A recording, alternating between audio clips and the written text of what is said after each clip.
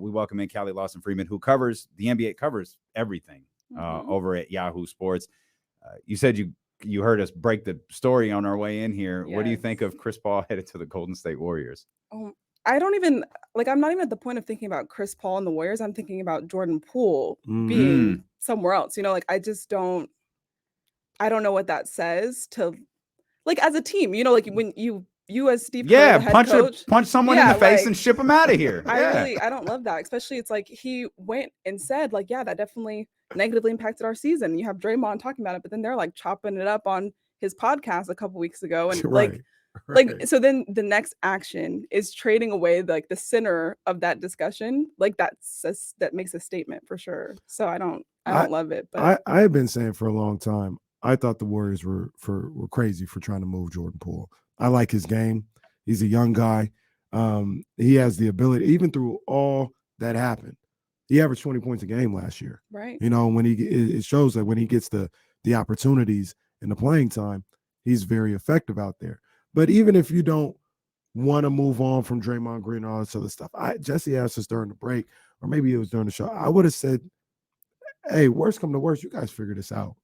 We're trying to have the best team we can have out there as a unit. You guys had a crazy season or whatever. Jordan, maybe you may feel like you can't trust Draymond or Kerr or whatever, man. We're paying you handsomely. We think that you're a part of our future. Right. Figure this thing out. And for whatever reason, the Warriors said, no, we're going to ship him out and keep Draymond Green. That was wild. Yeah. I mean, I think even you pointed out what he was able to accomplish this year. But let's say he did absolutely terrible this year. It's that would, I feel be warranted. There were no, I guess, actions to be taken to rebuild the trust and address the situation. So it's let's say he had a terrible season. That would make sense. But I think he's done enough. Last season, I felt he should have been most improved player, what he was able to accomplish in the playoffs. That's not enough in a way, to be we should keep this and develop it. And you think about that whole 2 timeline plan the Warriors had going on. And it's what do you RIP. RIP, pour out a little liquor for the 2 timelines. What's gonna happen there? I don't know. And they really doubled down on that other timeline today, didn't they? They really doubled down on that joint. Exactly. You know what this 2 timeline needs? A 40-year-old point guard. Get rid of the 24-year-old one. Yeah. Get rid of him. Goodness. That's tough. And then you think you have a GM, a new head of front office, he just got introduced a few days ago.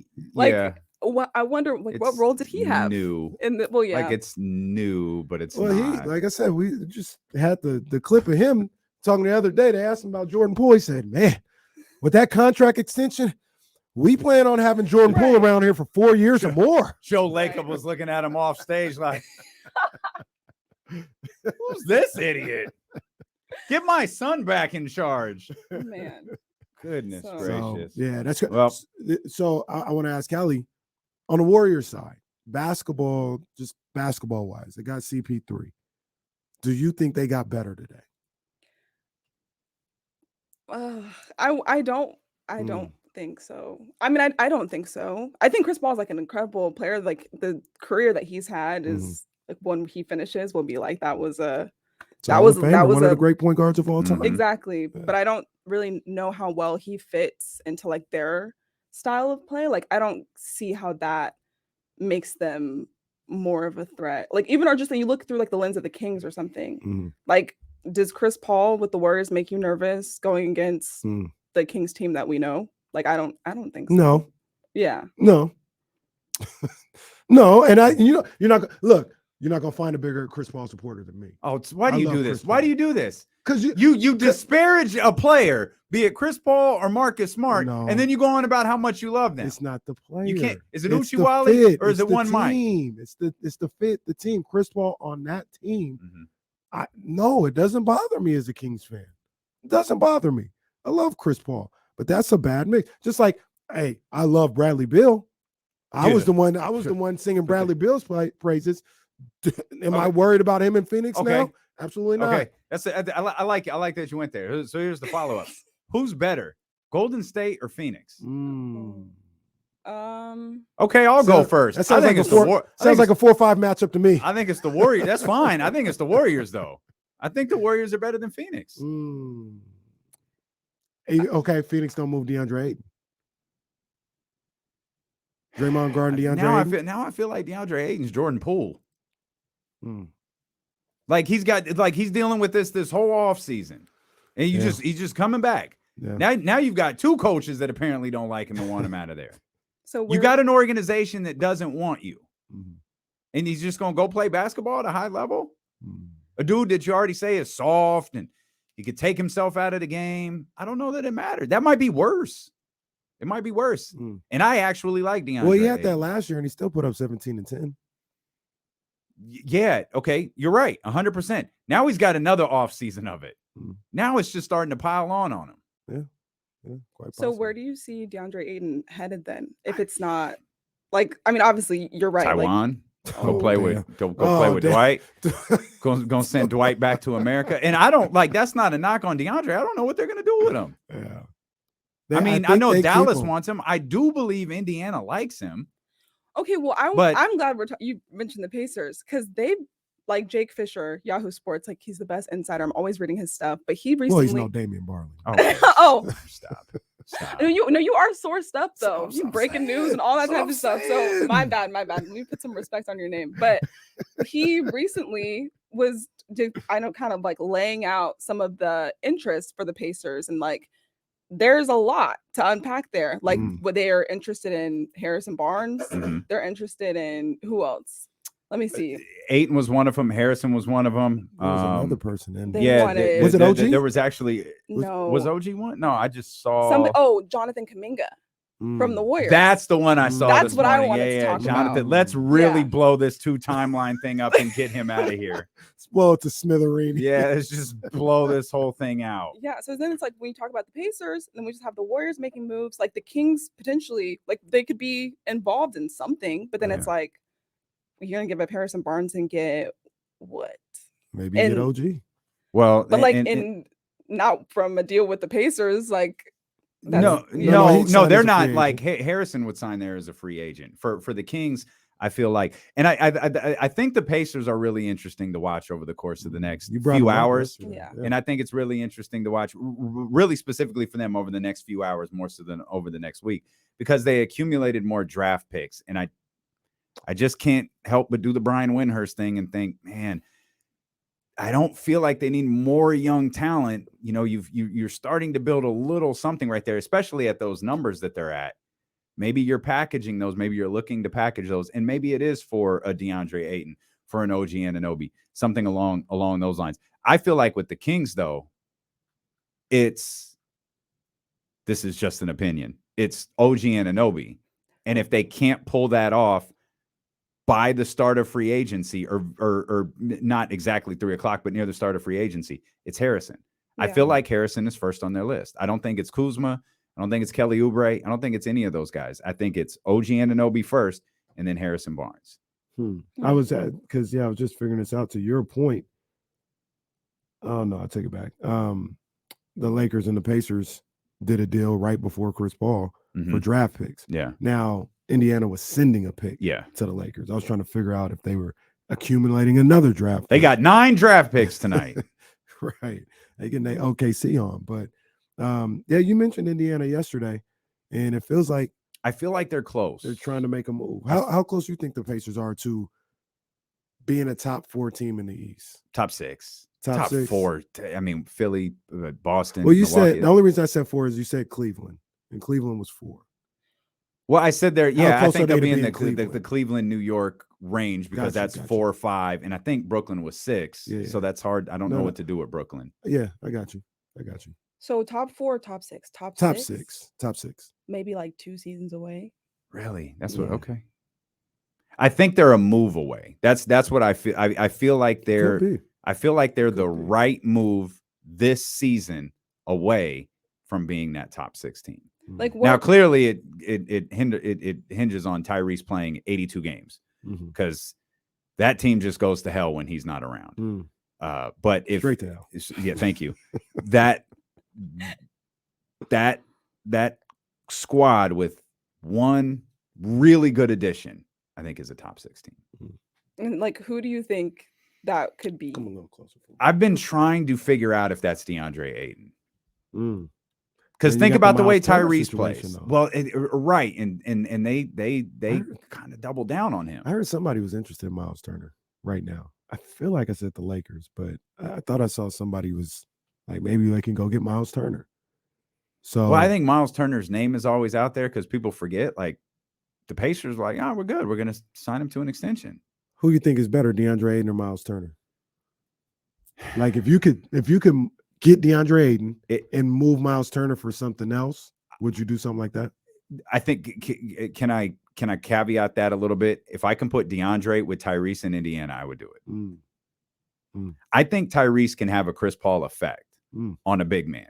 Like we saw it with Rashawn Holmes a little bit. Yeah, I can believe like that. you look at what Chris Paul did for Clint Capella, for DeAndre Jordan, Tyson Chandler. You look at what he did with all of those guys, and I think Tyrese can have that same effect. I don't know why Chris couldn't necessarily do that. Well, I guess he kind of did for DeAndre Ayton, not to the same effect he did to DeAndre Jordan. Yeah, but well, he got a lot of praise. He did, for all that. Yeah, absolutely. I mean, big men who play with Chris Paul are going to have the highest shooting percentage in the league. Mm-hmm. I think Tyrese can have that effect on DeAndre Ayton. I can believe that. To your original question, though, you can answer it, Callie. Who's better, Warriors or Suns right now? Okay, well, you just made a good point about Chris Paul, like improving big men shooting percentage and stuff. Mm-hmm. And like that is interesting to me because you got Kevon Looney, who like I really like, you know, as like a big man. And, like, well, poor guy won't play. So he's going to be sick for 82 games next year. Hopefully not. Just like he was in the playoffs. Hopefully not. He was sick. He's just he's not out the game. He's sick. He can only play 10 minutes a game now. It's a But- very unique type of flu he had. Don't do this. Until Steve recognized he was lying and everyone knew he was lying, so he just acknowledged that Draymond Green is this guy borderline had the Rona. Just keep him here with the team. It's fine. Yeah, we're just not going to start him. That's why. Okay, sir. That said, though, he could like break through a ceiling, you know, like you never know, and then that could make them like. Are you breaking stuff? Yeah, Did you show up here and just start breaking stuff? Jonathan? You put this broken pin in my space, so that's why. But so that is interesting. So that pin was broke before you sat down there. It was broken because I logged into that computer and saw a pen in one piece, and now I hear there's help somebody. This pin was broken. Okay, I promise you, mm-hmm. it was. I'm gonna tell Kim right there. She's you're that's gonna the be in biggest trouble. boss out here. Yeah.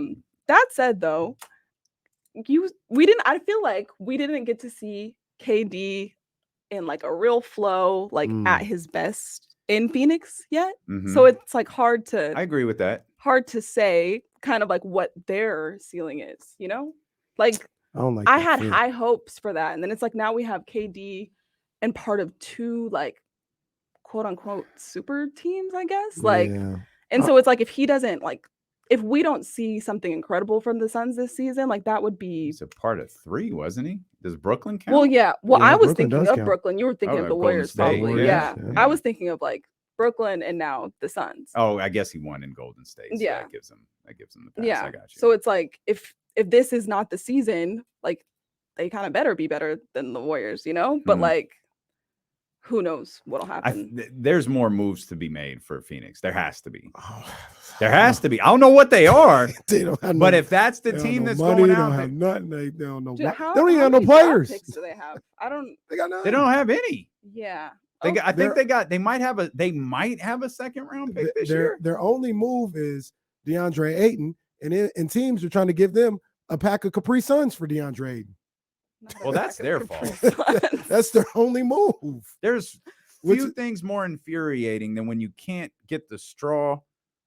Yeah, that is. And then it gets dangerous. Like maybe you pierce it all the way through. Yeah, and it gets bad.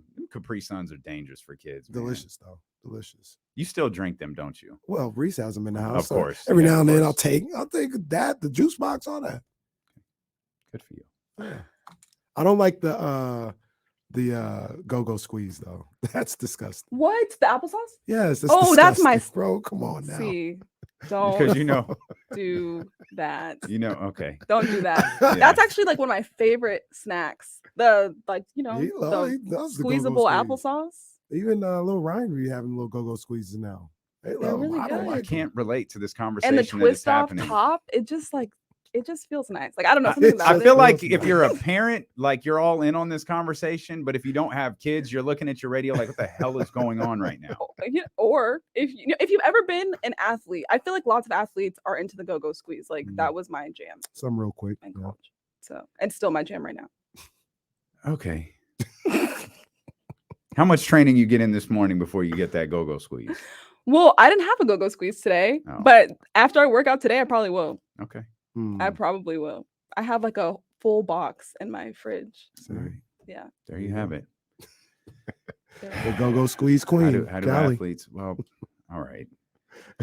It's a good source of sugar. It's healthy sugar. I like Digestible. No, applesauce. I just don't want to eat it that I way. get, I get why it's a post.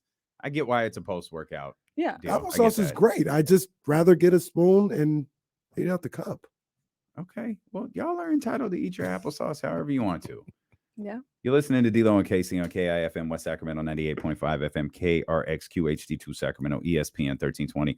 Always live on the free Odyssey app. We're live in visual form as well on twitch.tv/ESPN 1320, youtube.com/ESPN 1320. Andrei Stojakovic going to join us coming up in about 10 minutes. Callie Lawson-Freeman of Yahoo Sports with us right now. As we talk about basketball, we talk about the Kings.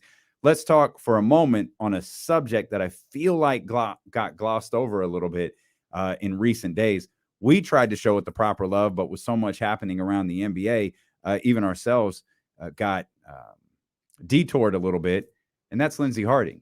You had the Queen. opportunity to talk to Lindsey Harding during the season and recently named the head coach of the Stockton Kings. What did your conversation with Lindsey tell you about this moment that we got a couple of days ago? Well, it told me that she's on her way to, I guess, doing everything that she set out to do. Like she's incredible to speak to. She has like this presence. I mean, you guys have spoken to her. She's been on your show, which is why I even spoke to her in the first place, because that's where she said that she had aspirations to become a head coach. And I was like, I need to talk to this woman. Like I have to. So when I sat down with her, I was just like so impressed by like her drive, and she's so accomplished. And so she was really honest about how she realizes that the aspirations she has, like they'll be difficult because she has a unique identity. She's a Black woman. There's never been a female head coach in the NBA, let alone a Black female, So like that's I don't even think there's been one on the front of the bench. right. And she even mentioned that like there's no path, because that's what I was asking her, like how exactly do you see this going? Like I think for so many of the coaches that we see in the league, like there's kind of like this trajectory. It's like maybe they coach in the G League or they were a really successful athlete, and then they get their shot like within due time. Like it's almost formulaic. You can kind of see when they'll get their chance to lead a team, but like we don't have that with women. So she was like, there is no path. Like I'm just gonna create it. Like I'm gonna figure it out. And then a few months later, she's head coach of the Stockton Kings, and I think that's an incredible move. I'm really impressed by her. Yeah, man. I mean, you break it down perfectly. I mean, she really is breaking barriers out here, and I really believe in her, not just what she's able to do here, breaking barriers, but her ability to coach the game of basketball. Yeah. If you remember her at Duke, she is a point guard. She does understand every aspect of not only running a team, but leading teammates as well. And I'm not saying only point guards can be coaches or anything, but they've got the coach's mindset because they're trained at a young age to be the coach on the floor. So it's just a perfect seamless transition when you get into the coaching side of things. And she's a great trainer and skill development person, but to see her now running a team and orchestrating everything that has to do with a game plan and things of that nature, I'm very anxious and can't wait to see her start at Stockton because I think she's going to do a great job. Yeah. I mean, I talked to Luke Walton, who she worked under, I think when she first joined the Kings, and he was like raving about her just ability to see the game in a unique way because she was a guard, but she had to approach the game differently because she's 5'8", And like, so she has Mhm. like just a different perspective. And that's what he was telling me. Like also the way that she, like you mentioned, the way she's able to kind of like navigate these players' personalities. Like that was kind of her job as a player development coach. It's like if a player is upset maybe about playtime or how their game is like unfolding or whatever, she had to make sure that never got to the coach, you know? And like Luke Walton spoke about just how effective she was. He was like, I couldn't even tell you how she did the things she did. I just know I never had to hear about any drama from any of the players. And that made my job so much easier. So it's like now she has the experience of doing all these things. Like she's scouting games for the Kings. Like that's like some crucial games for the Kings. And so like she has the experience and she's gonna, I mean, she's coached so many, she's coached South Sudan's national team. Now she's coaching Mexico. Like she knows what she's doing. And like I'm like you said, I'm so excited to see what she accomplishes. And the line about the path is certainly interesting because so many times, like Lindsey Gottlieb is a great example. Like Cleveland's thought really high of Lindsey Gottlieb, but she, I'm sure, had to ask herself, like, what is my real path here? Because I'm getting offered a good chunk of money to go be a head coach at USC. You had the situation with Becky Hammond. Right. Everybody assumed Becky Hammond was going to be first. Mm-hmm. And Mark Davis comes along and says, here's $1 million to go to Las Vegas Aces. And you're starting to see the number of coaches. It's a lot like women in sports. It's a lot like Black Lives Matter. It was a moment in 2020, but the further you get away from it, you notice that number. We looked it up yesterday, the number of assistants, and it's starting to dwindle. Right. Like it's down to just barely over a handful. Right. And now with Lindsey and Stockton, now Lindsey's not removed from Sacramento, as anybody who went to Kings games this year saw. Bobby was regularly at Sacramento Kings games. Bobby was a fixture during the playoffs. That entire Stockton Kings coaching staff was around during the playoffs. So it's not like Lindsey's now removed from that part of the NBA, but that's really great work that you did with Lindsey Harding during the season. And of course you reposted it after the news that she would be the Stockton Kings head coach on your social media account. Thanks for joining us. I know we've been working on this for a long time. You picked a very fun day. Probably like the craziest day we could do this. Well, today's a fun. You could come back next Friday. There's a good chance next Friday will be equally as chaotic when free agency begins. Make sure you're following Callie Lawson-Freeman. Young star, man. Young star, man. Yes, indeed. On the rise. Yes, indeed.